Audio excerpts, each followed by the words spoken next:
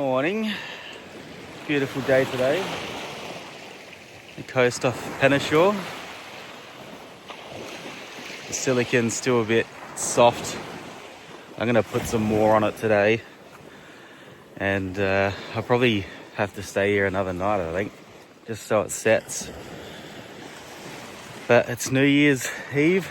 I think I'll do some exploring around Penneshaw today. Maybe even throw a line in, see if I can get some fish. Alright, let's start the day. Just behind me here is an old well that was dug in the 1800s when Matthew Flinders and Nicholas Baudin arrived here. There was fresh water streaming out of the rocks here at Penneshaw, which is really important when you're sailing around the world to find fresh supply of water. They came here, found the water streaming out of the rocks, and then filled up all their storages for their boats so they could continue on their journey. According to geologists, the Kangaroo Island, Adelaide Hills, and the Flinders Ranges were formed around 500 million years ago during the Cambrian and Precambrian period, when Australia was part of Gondwana, the supercontinent, along with Antarctica, South America and Africa. They were all joined together in India, and then slowly started to break up around the Triassic and Jurassic period and drift apart until they're great distances they are today.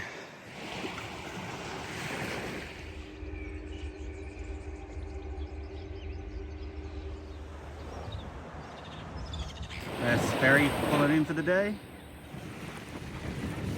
If you're not crazy like me and you don't want to paddle across, the easiest way to get to Kangaroo Island is on the ferry. And it only takes 45 minutes. After taking the Sea Link ferry from Cape Jervis, you'll arrive at Penneshaw. You can come over just as a passenger, but the best way to see Kangaroo Island is to bring along your car, as there is 4,416 square kilometres to explore. There is also an abundance of activities you can do. You could go on an adventure with KI Ocean Safari and swim with dolphins and seals. Or check out the reptile and bird show at Raptor Domain. You could go for a drive down to the wildlife park and watch the koalas being fed. Or head down to Seal Bay and learn all about the sea lions that rest there. As you drive along, you'll see the abundance of wildlife. And after an hour and a half drive, you could head down to the west coast and see the remarkable rocks, Admiral's Arch, and the New Zealand fur seals swimming in the water. Just exploring the rocks here at Penneshaw.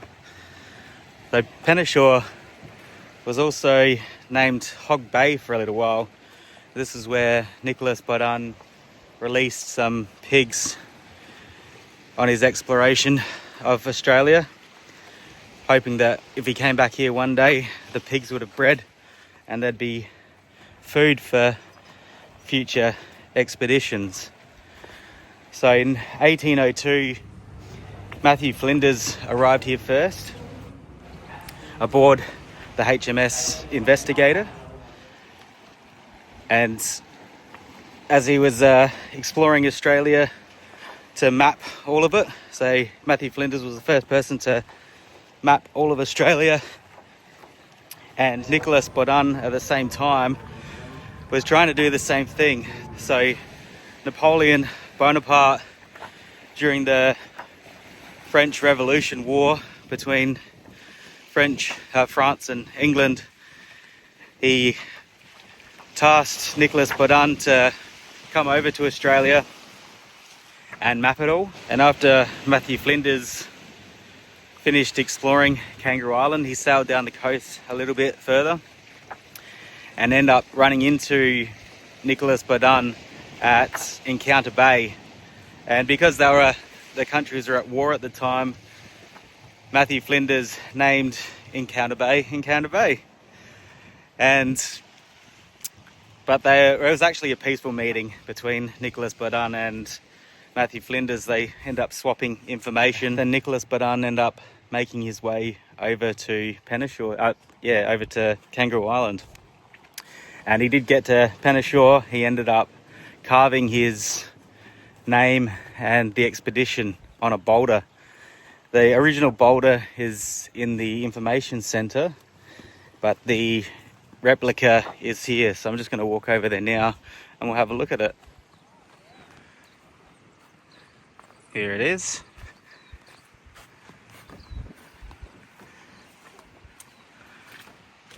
And this is the replica here.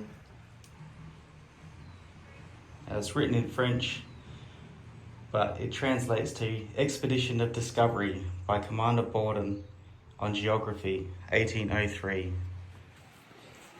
So Nicholas Baudin's sailing ship was called Le Géographie. He also had another ship with him, which was Le Naturalist, and that was commanded by Jacques Hamelin, I think his name was. And they had enough food and supplies to come over here, but they also left a bit of room in their ships to take samples and supplies, flora and fauna, back to France with them. They end up taking a couple of the tamar wallabies and some kangaroos, and there used to be miniature emus here as well on the island, but after European settlement they hunted all of them to extinction, so there's no more of the mini emus here anymore, unfortunately. So I'm going to go for a walk now to the information centre and see if I can find the real stone that he carved on. And then unfortunately Nicholas Baudin never made it back to France.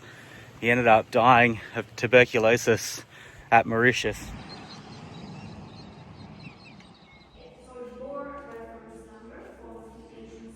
So Nicholas Baudin as well, he was the first person to circumnavigate all of Kangaroo Island. That's why a lot of the south side still have their French names, like Vivon Bay, Cape de Cudic, Destries Bay. And now I'm just off to Christmas Cove to go have a look. So these rocks behind me were actually dropped here by glaciers. So around 290 million years ago, during the Permian period, most of Australia was covered in ice. And there's some rocks over there that still have the scoring from the ice sheet sliding. And that's how a bit of Backstairs Passage was formed as well by the glaciers as they moved and gouged a bit of the ground out as they slid along until they eventually melted. Now it's Christmas Cove as a little marina. So if you come over on your boat, you can moor up here and do some sightseeing.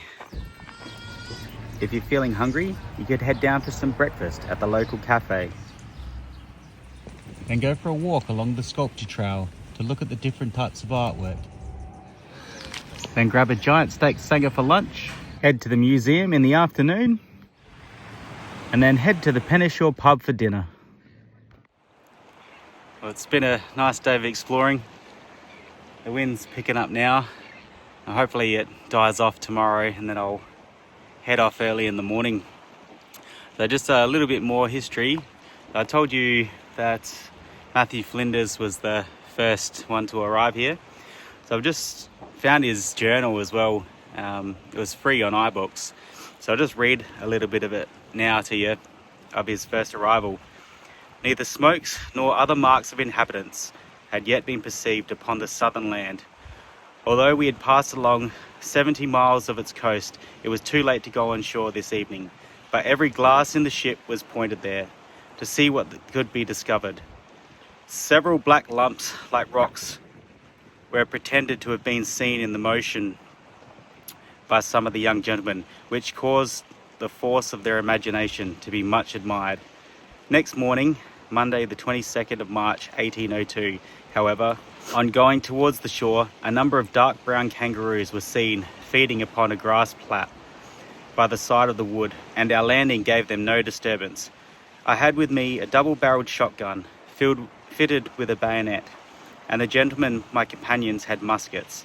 It would be difficult to guess how many kangaroos were seen. I killed 10, and the rest of the party made up the number to 31.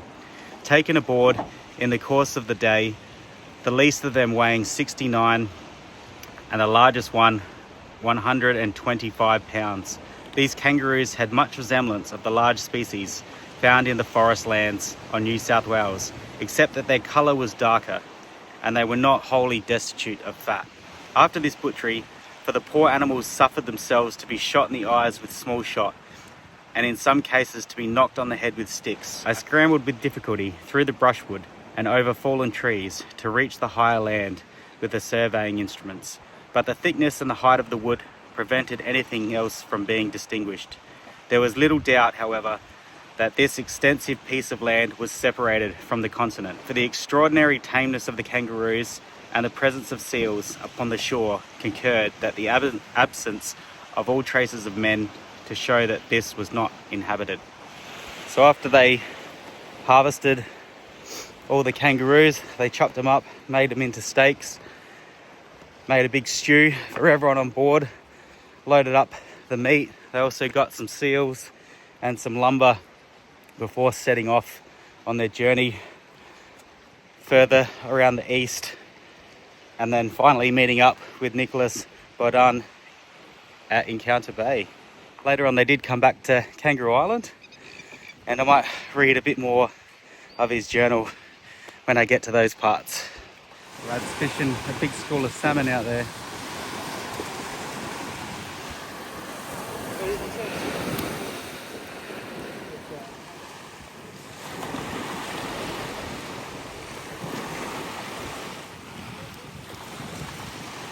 Well, they're catching some salmon, so I better get my spearfishing gear on.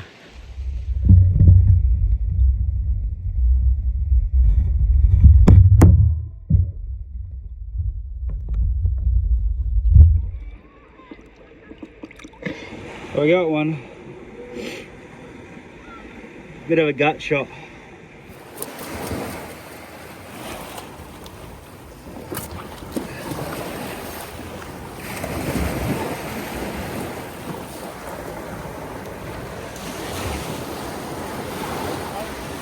There's dinner.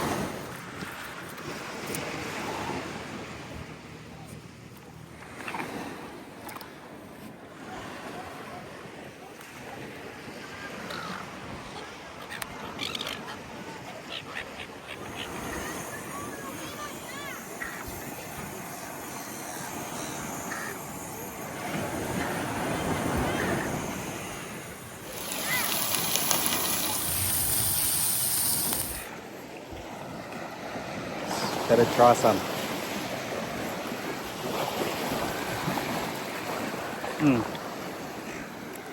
That was actually yum. I got told that salmon weren't very good, but that was delicious.